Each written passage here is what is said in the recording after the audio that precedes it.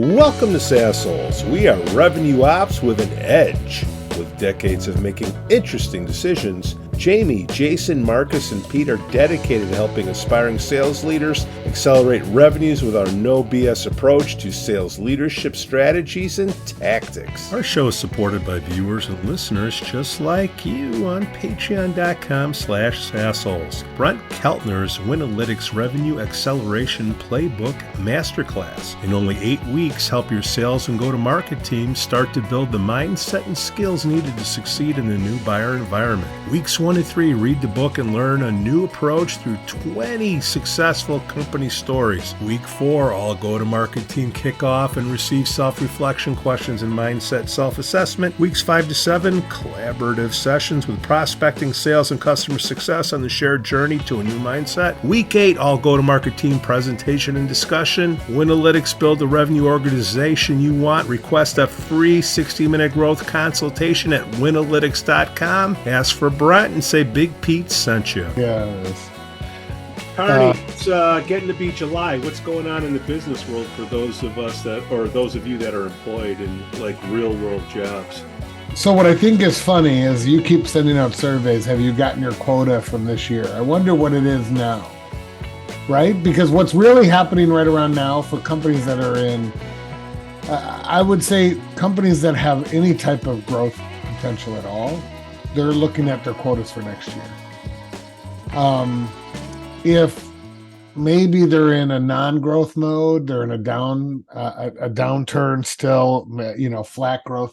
Maybe they're not looking at quotas next year as much. The reason why you have to look at quotas right now is because to keep your quotas sort of minimally impacted, like a company doesn't really want to raise quotas all the time. To keep your quota as stable as possible, you need to have the headcount to support it, right? So if you're going to grow by 30% next year, you better have butts in seats and start hiring in the second half of this year for next year so that they're ramped and ready to go, so that the people that have been here for a long time don't carry the brunt of the quota. All right. So right now, are companies doing budgeting for 2024 right now? Or what are they doing? They're starting to throw around. So the board is starting to throw around numbers for next year. Okay, these board people, these half a dozen people, let's say. Yeah. So they're sitting there saying, "Hey, we're saying how we're going to finish," and then they're saying, "Great, if you're going to finish that, this is what we expect next year." There's some negotiations going back and forth depending on what you're doing. Where are they? Because I love board people. Where are they pulling these numbers from? It's all depends on a valuation model, right? What is the company's ultimate goal is to provide more value to its shareholders. So what does more mean? Value. What does value mean? Who's going to buy it? Right? If you're a private company, how much are you going to get sold for? Or when you get your next fundraising, what's the valuation going to be at? So basically, we're trying to get a multiple. Yes, it's a multiple game. Okay. Why don't we just share that with everybody in the company? Well, because one, there's two reasons. One, you got to finish out the year the way you thought you'd finish out the year. So you don't want there's a focus problem, just like a sports analogy. Think about the next game, think about the current game you're in, the current game you're playing, because that could become but you also tank a season in order to get a better draft pick for next year. I get that too. So why again, you're in the world, I'm not. I'm doing podcasts, I don't have to worry about that stuff, but if that's the thinking from these 6 people on a board, we're just going to pull these growth numbers from somewhere. Is there a downside for them explaining where these numbers are coming from and passing it all the way down to the person who has to actually do the work? I don't think there's like some hidden agenda of we don't want to share these numbers with anybody. I think you don't want to share the numbers with anybody until you know that those are the numbers. So right now it's very preliminary in terms of negotiations. Like, is there a chance you can grow by 30% next year? I don't know. Let me look. Let's run the numbers. Let's look at the data. Let's see if we can hire enough people to sort of support that. Yeah. So that's what's going on right now. But there's no commitment, because the commitments come at around November. So if you're a company and you're a shareholder in the company, let's just say you have equity in the company, it's in everybody's interest to get the multiple up, right? Yeah.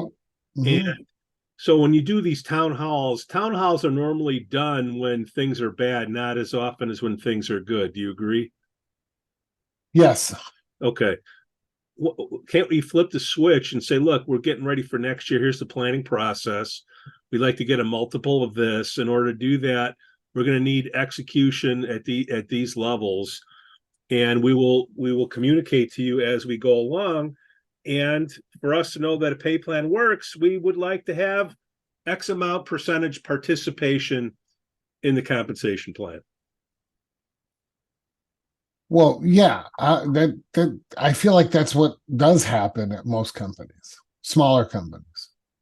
The problem is, like anything, when you get too many people in a room, yeah, too many voices in a room, nothing fucking happens.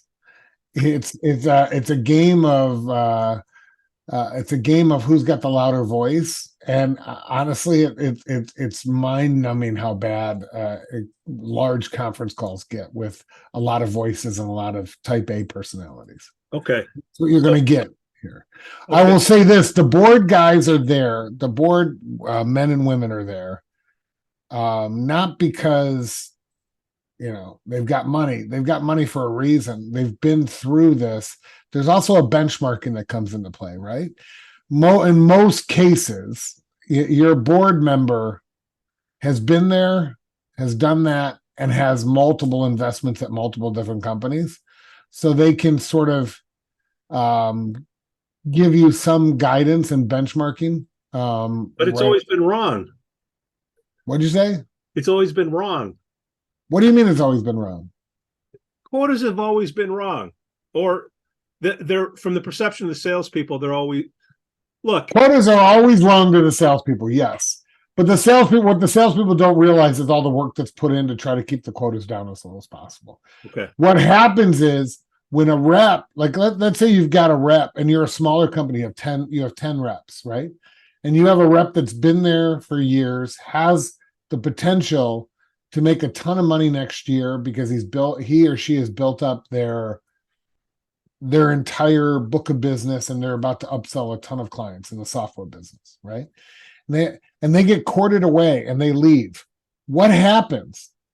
All the other reps sort of have to take on more quota, but they might not have the relationships that this person had.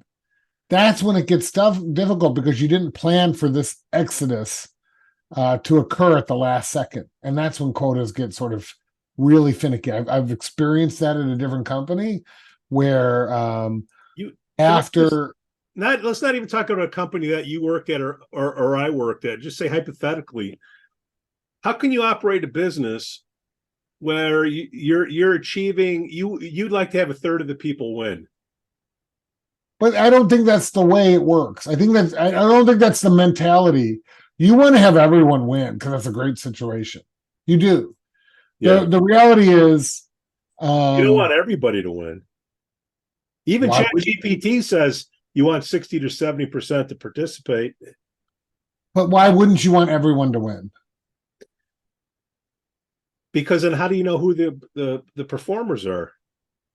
I would rather have a situation where, and I think every leader would say, I want every situation where everyone wins rather than have a situation where only a few win. Okay, then why don't you pay everybody a salary then?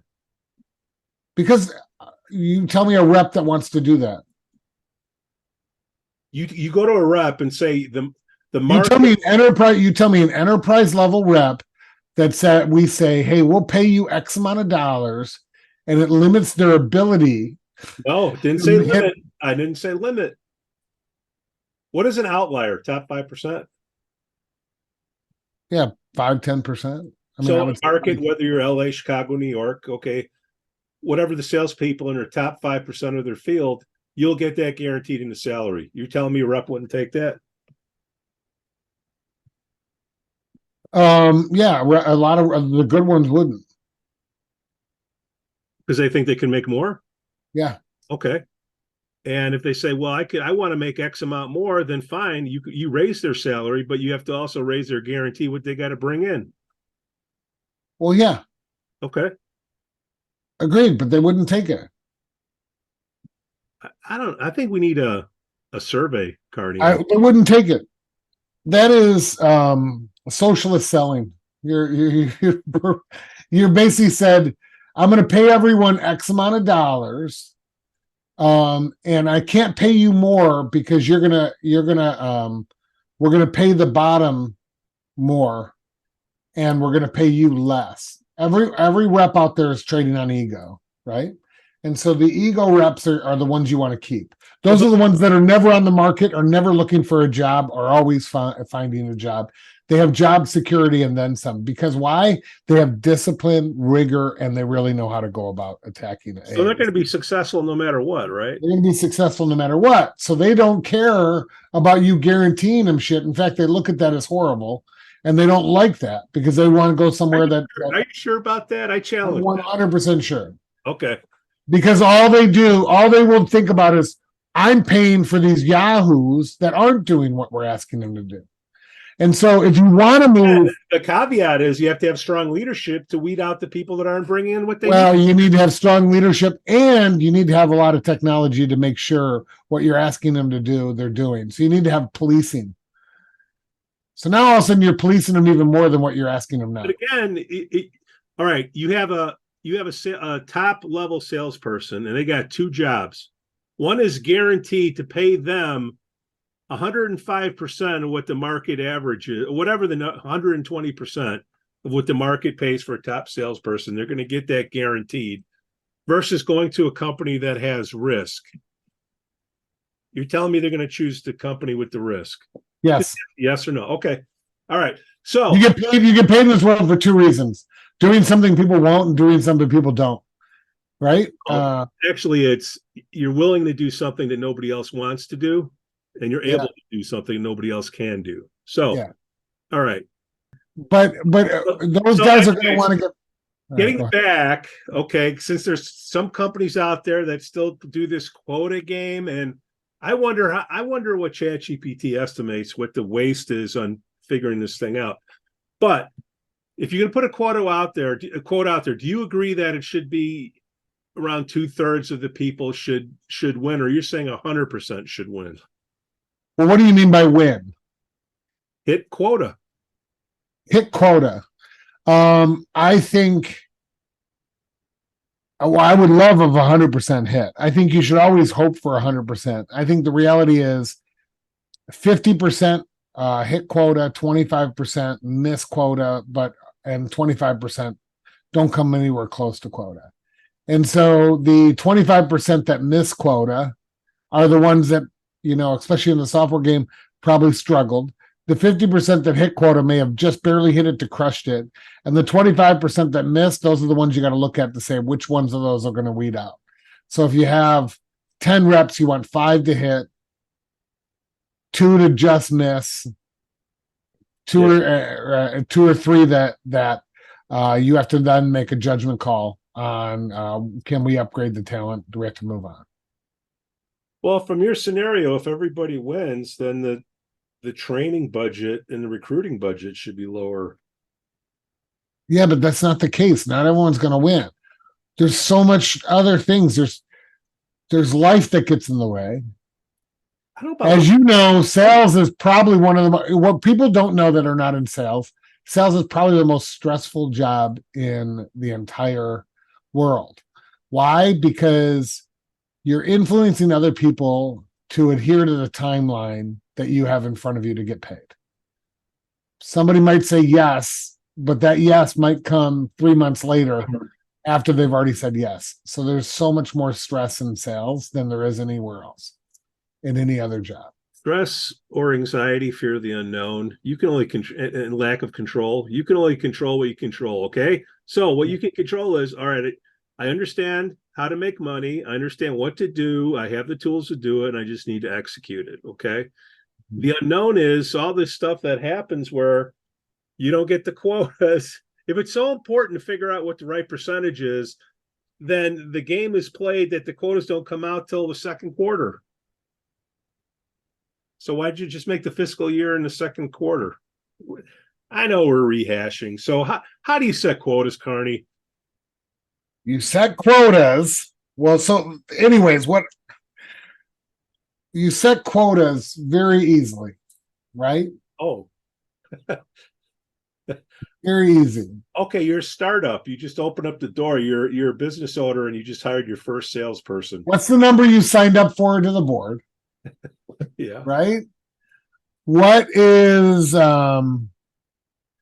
what's a healthy amount of overassign? So what overassign is? FUDGE. What overassign is, no matter how attainable the quotas are, not everyone's going to hit it. It's just human nature, right? So you got to assume probably 80%. So the board and the CEO and the higher ups all get wiggle room and FUDGE.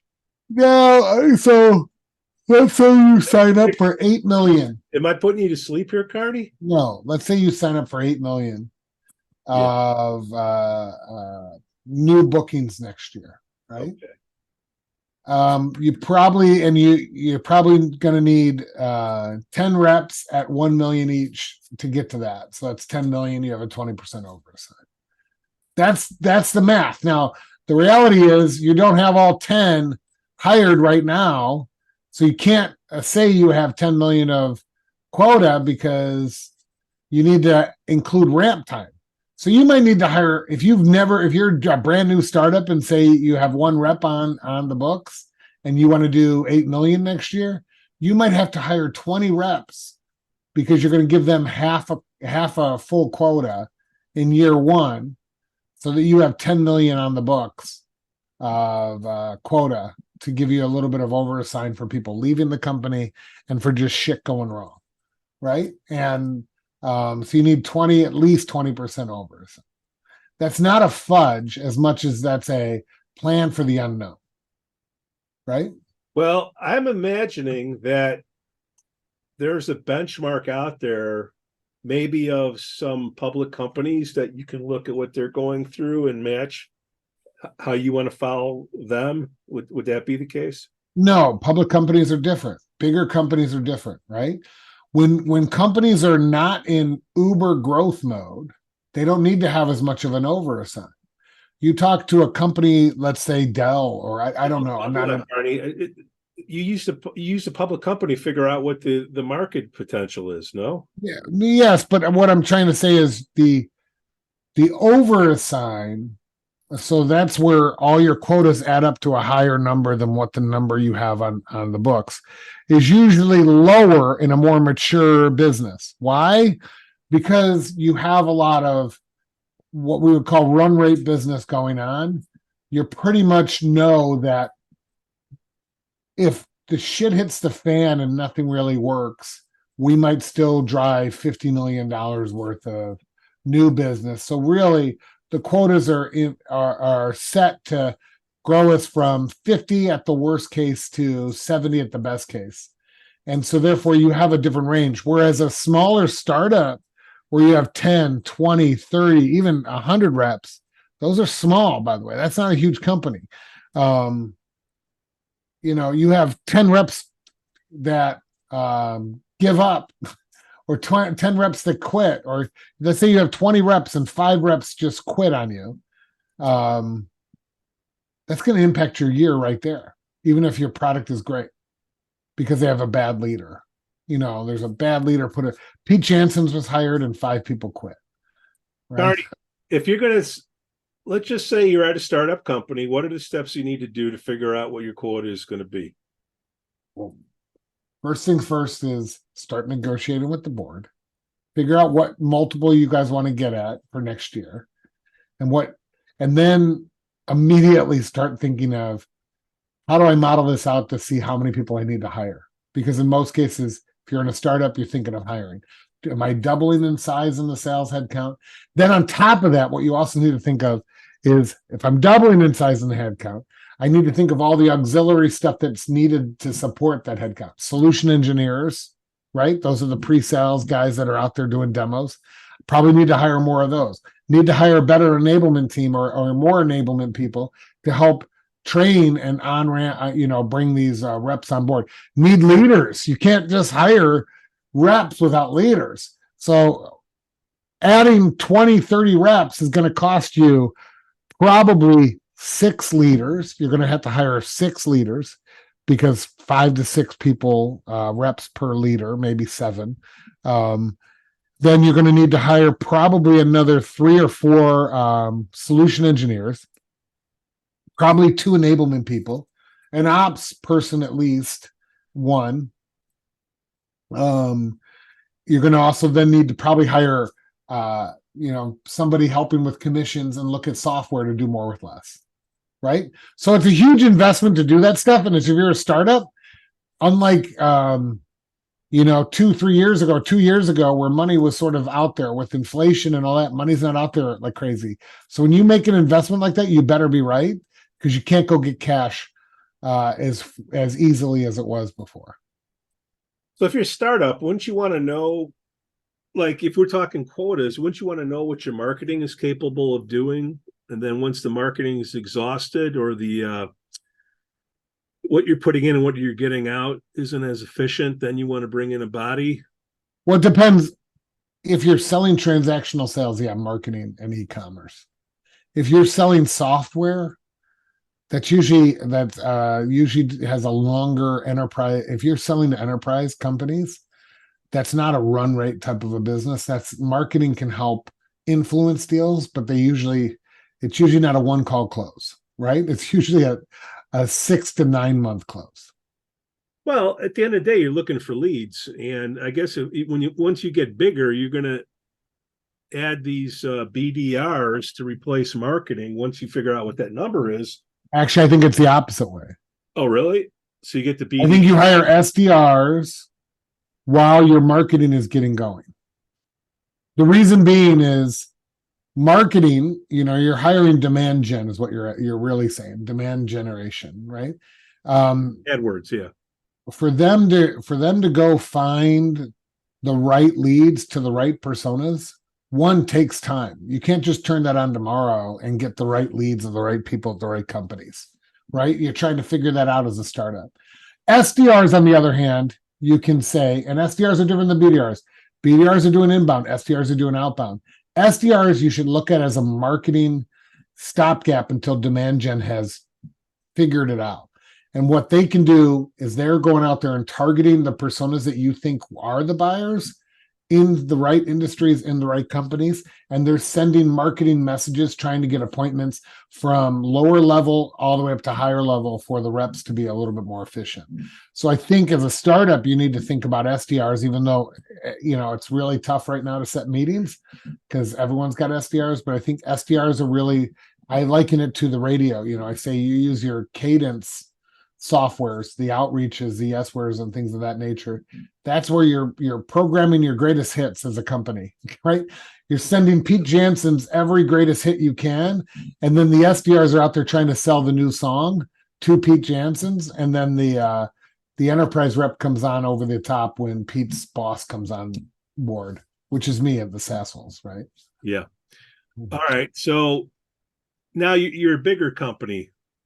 Let's just say a couple hundred to 500.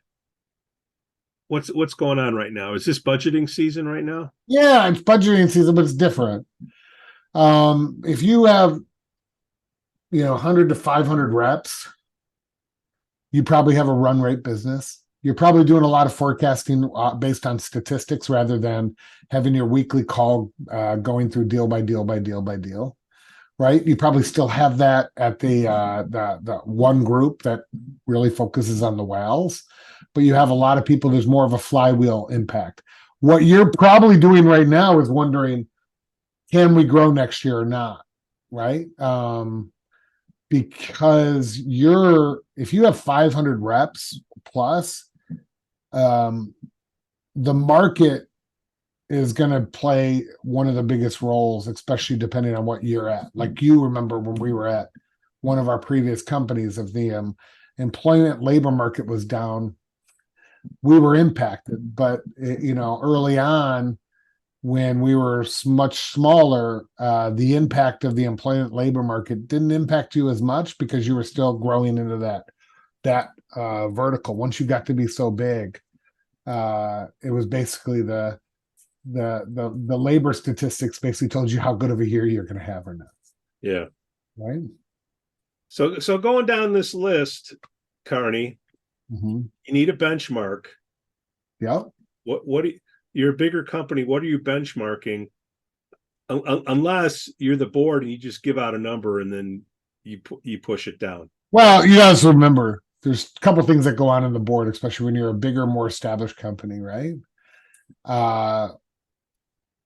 There's a CEO that's probably either a great CEO or one that's sort of trading on bravado, right? And be like, we can grow to save we decreased by 15% last year, but this year we're gonna be better than 15% because we're gonna grow back where we lost last year. That to me is a bravado statement where a CEO is trying to save his job or her job, to go back to the board and say, hey, the market sucked last year, but we're gonna miraculously come back. And I think as a board member, you need to sit there and say, what is this person doing? Or are they just saying they're going to do something and there's no real proof that they can't? In a lot of cases, the board will allow your CEO or CRO to hang themselves in a board meeting where they overcommit something, which screws the whole company, just so they can say, well, you messed up. You're the one who said this, and we took you at your word. Right. So as a C-level executive going into a board meeting, you better be very conservative on what you say to the board. Carney, right? Decades of doing this, and I don't like to toot horns, but I have always won versus lost in the most difficult situations. I've always been on the new business side where things are very questionable. I've also been on somewhat of a getting past the transactional business into the run rate business. And whether it's small or large, everybody that understands exactly how the money is coming in, how they're getting paid. For instance, our goal is to have 2/3 winning. Well, once we share the percentage of winners to the entire group, we say, hey, man, we're at 80%. We got to raise the quotas. It's a lot easier to do it then than just having an arbitrary number that comes up. Same thing with losing. Hey, we only had 50% winning. We wanted to be 66%. Then we have to lower the quotas. And the difference in what you pay for training costs, sales costs, recruiting by having something like that out there far outweighs when the sales plan is put together and says, oh my God, this looks expensive. Just throwing it out. Hold on. There's also a big difference, right? Yeah. A more established company, what the metrics are. More, you've got a better understanding of the metrics. When you're a smaller startup. Hold on, when you got 60% churn? Well, no, I'm saying the metrics though for success. Yeah. So what you just said was, I'm able to sit there and say, I want 80% to win. And these are the metrics, like I remember it was the funnel. How many of this equals this? How many of this equals this? You need to know how the top of the funnel, the bottom of the funnel gets you where you need to. Yeah. A lot of startups, they don't know that. Why? Because at the beginning of the startup, They're trading on buddies. You know, the CEOs making buddies with we're not talking about startups anymore. We're talking about in upwards, I think, at 800 people. Okay. So, and on the lower end, let's say 100 people, that was more on the software side. Okay. So 100 salespeople to 800 salespeople. Yeah. That's a big company. So that's a big company. So my point is sharing. I'm just giving a clue to everybody out there. When you share from top to bottom of the information that you have, if that can work for me, why can't that work for the CEO and the board? But I think so. I've always been an open book when it's come to that. So my experience has always been. What percentage of an open book? What I have 80% of the time I'm 100% open book. Okay. But I'm usually one that will sit there and say, here are the stats and here are the averages. Once again, Pete, averages lie. When you get to be that big, you've got to also look at median and law small numbers, law big numbers. Get it. Yeah. But it's our job to educate the salespeople to understand that too. Yeah. So I can I would typically walk everyone through. This is how we came up with this quota. This is why it's this quota. This is where it is. I did that at previous companies. I'll do that here. I will tell people, you know, if you ever want to have a question about why, call me up. At the end of the day, there will be decisions. So here's the one big thing. Yeah. Does anyone who's a leader out there will be time for you to argue your decision with the circle of trust, whatever it is. You're in a conference room, you're arguing with the CFO, you're trying to win lower quotas, you're doing this, you're doing that. Let's lower the quotas, let's do this, let's do that. You may or may not win that battle. Regardless, when you leave that conference room, there is no battle, and whatever you guys have agreed upon is what you're moving forward with for that year. You can't sit there and say, well, I wanted the quotas to be 1 million, but I got forced to move it up to 1.2, and that's why you guys are all screwed. Just don't do that. You're just that's what's happening. That's exactly what's happening. I know, but you as an ops person, you as anybody, don't say that shit, because all you're basically doing is writing you're basically writing your demise, right? You're basically saying, I don't need to work here anymore because I'm not on board with the decisions that are being made. Yeah, and if you're fine with that, then you're fine with that. Just know you better get your resume polished and out there. That's when you're working off of personal influence versus business influence. You know, be my friend. Hey, man, I'm sorry, but, you know, my boss made me do this. Like you even said, I've won when I thought, you know, when I thought the number was a little bit unfair, you still won most of the time, right? Why? Because but we've always won because we've always adjusted the number depending on who's winning or not. You have a better morale, less recruiting costs, training, and all that. That always comes into play. If morale's way down and you feel like everyone's doing the right stuff, you're going to adjust people's quotas. You just are, because there's a cost. If you're down and no one believes like the number, the integrity of the number, yeah. Or if you're down and you think it's a lack of execution, a lack of effort, you're going to have a very difficult time as a sales ops person. If the entire company believes there's a lack of effort and a lack of passion by the leadership on the sales side, you're going to have a very difficult time in getting any type of relief. The other thing that's going to come into play is in a down market, you know, you're going to have executives that sit there and say, hey, this quota might seem unfair, but tell me where it isn't unfair at other companies, because it's the same everywhere else, right? So in a down market, you got that shit to play with as well. Here, Carney, what is churn? Reps that leave. There's two types of churn, right? There's forced and voluntary and involuntary. There's also positive and negative. Yeah. You often look at the people that leave and say you almost voluntary and involuntary. Obviously, involuntary is where you got rid of them. And then of the voluntary churn, you go regrettable or not. Right. Yeah. And so you usually judge the voluntary churn. That's where a rep says, I'm out of here. You sit there and say, is that a good move or a bad move? Was I about to put that person on plan and move them out? Do I think they gave up 6 months ago? Do I think this was not the right spot for them? And you got to remember, not every sales job is the same, right?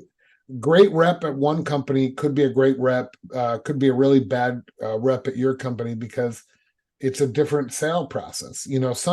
Some companies, your sales rep is out there and they're bringing in connections with the client, and then they're basically turning it over to their pre-sales team to sell the technical solution. And there might be great introductory people, and then there might be people that are forced to sell the entire solution. And those are two different breeds. So if you lower the percentage of winners, then the churn should be going up, correct? Yes and no. Pick one. If you lower the percentage of winners, churn will increase because less people are winning. Okay. So if churn increases, then recruiting costs. I'm just saying it's just knobs, right? We're turning knobs here. You know what? Yep. I want to reduce the amount of payouts of overachievers by, blank. Dumbest thing you could ever do, but some people want to do that because I want to help subsidize the people that aren't winning. Companies do that, right? Yeah, they do. But at the end of the day, you're going to look at what is our costs? What is our cost? What's our EBITDA now? And that's so much more important than it was 2 years ago, right? So our cost to acquire a new customer or a business, and then what's our cost to maintain it, right? So lifetime value of a client versus lifetime value of a client. So GRR and NRR are uber important metrics right now, especially in software, right? Like you want to make sure that you're retaining as many of the clients as possible and potentially upselling. So you want your GRR to be over, around 90%. You want your NRR to be around 120% in a software company. That means you're maintaining your GRR is how much of your renewal base are you renewing, and NRR is how much of your renewal base are you upselling, right? And so you want those two metrics to be really important right now because that increases your lifetime value, which allows you to be more expensive on acquisition, right? So a rep, what does that mean? We can pay a rep more if we can maintain and grow companies. But if your NRR and GRR suck and you're not selling 3-year deals, you're selling 1-year deals and all of that stuff, it's very difficult to pay a rep a lot of money because your lifetime value goes down. So should recruiting be part of HR? Should be part of the CRO or sales organization? Well, I mean, it's a shared service, right? One. I would say it's a shared service like HR. But all they do is recruit salespeople. Yes. If I'm a recruiter, I want to be in HR. You quit yawning in the microphone. You're making. If I'm a recruiter, I want to be in HR. I didn't ask that. You are paying somebody to bring in leads of people to work at your company. Do you want those people to work for you or for HR? HR. Okay, because of their budget? Well, that, and I just don't want to have to maintain them when I don't have anyone to hire. Like I love our recruiters. Love them. I'm not talking about the company you work at because you have it plastered up on your screen there, but I'm just saying HR has a different, HR isn't sales. It really, Agreed. But you're basically like the whole All right. So here's the bottom line.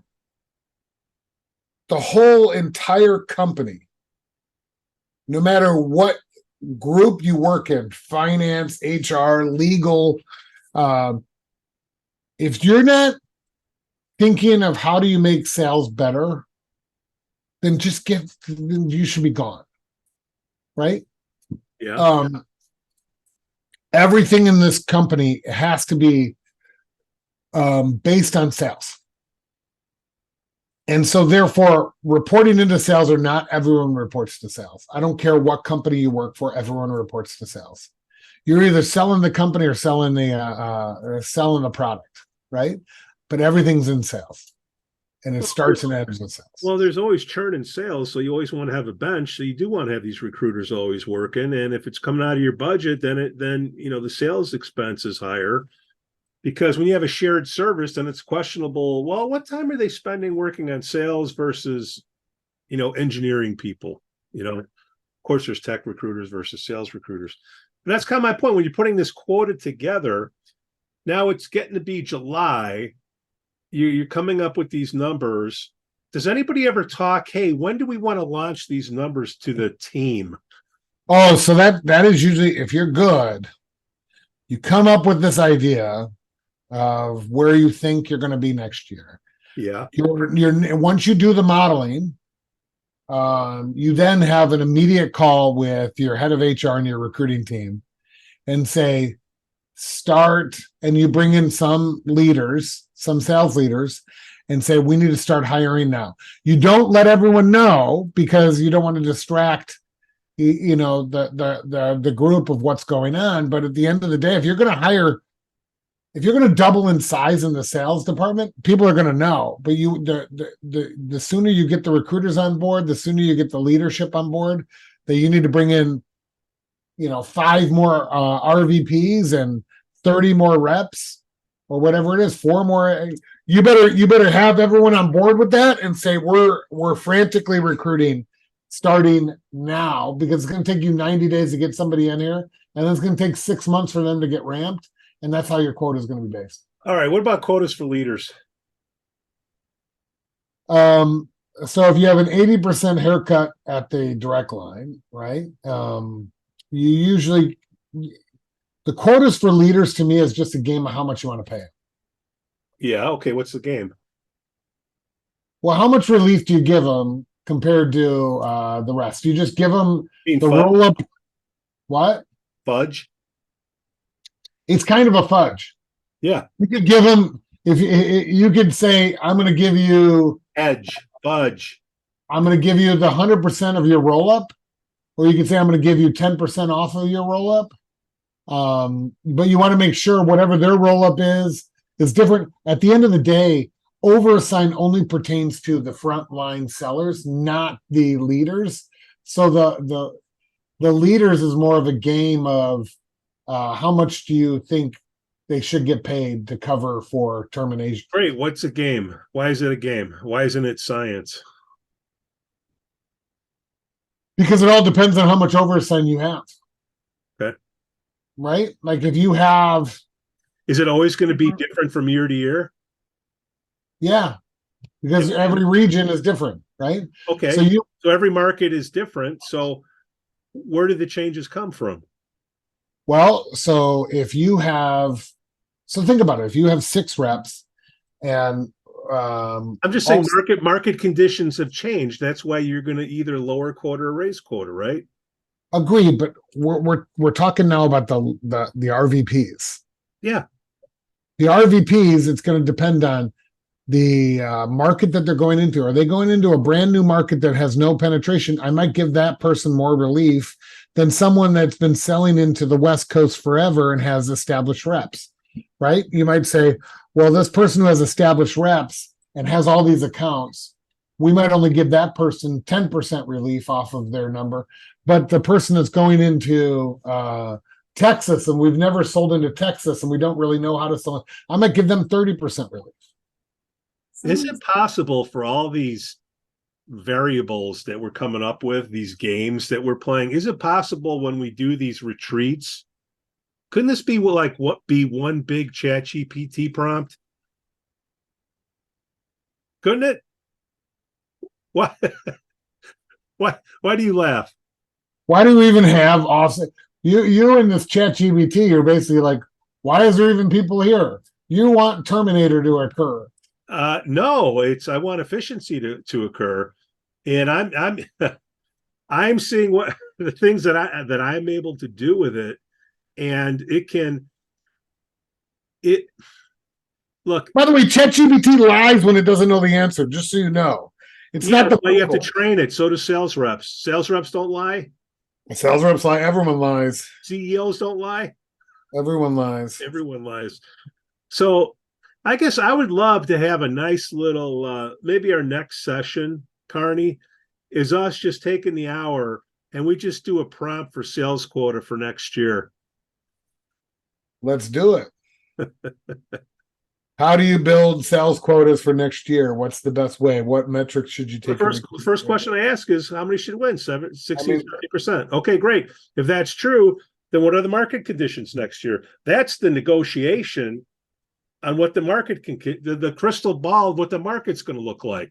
Yeah, but ChatGPT doesn't know what the market's going to look like. In fact, ChatGPT is only... that's what I'm saying. That's the variable that you negotiate. What does the future look like? But that's the problem. If you knew, but that's the entire... ChatGPT isn't going to figure that out. If you insert 5 companies that we're chasing because of their multiples, all right, and we want to grow like them, okay, what should our numbers be to keep on pace with them? That's all that I'm saying, Carney. We'll work on that on the next show. Another fascinating show, Carney. See you later. Bye. The show is supported by viewers and listeners just like you on patreon.com/SAASholes. Brent Keltner's Winalytics Revenue Acceleration Playbook Masterclass. In only 8 weeks, help your sales and go-to-market teams start to build the mindset and skills needed to succeed in the new buyer environment. Weeks 1 to 3, read the book and learn a new approach through 20 successful company stories. Week 4, all go-to-market team kick off and receive self-reflection questions and mindset self-assessment. Weeks 5 to 7, collaborative sessions with prospecting, sales, and customer success on the shared journey to a new mindset. Week 8, all go-to-market team presentation and discussion. Winalytics, build the revenue organization you want. Request a free 60-minute growth consultation at winalytics.com. Ask for Brent and say Big Pete sent you.